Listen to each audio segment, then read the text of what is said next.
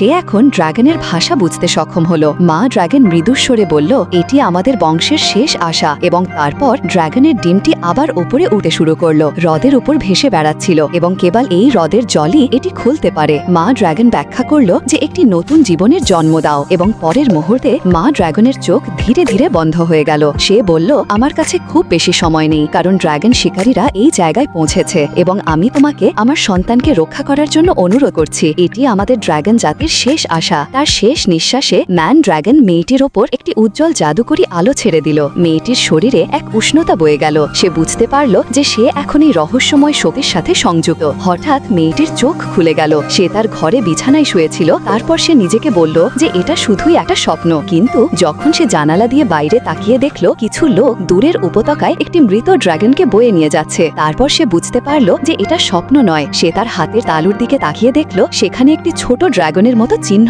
আছে। এখন তার দায়িত্ব ছিল ড্রাগনের ডিম খুঁজে বের করা এবং এটি রক্ষা করা, কারণ এখন তাকে নির্বাচিত করা হয়েছে এবং ড্রাগনের রক্ষক হওয়ার জন্য পুরো পৃথিবীর ভারসাম্য এখন তার হাতে।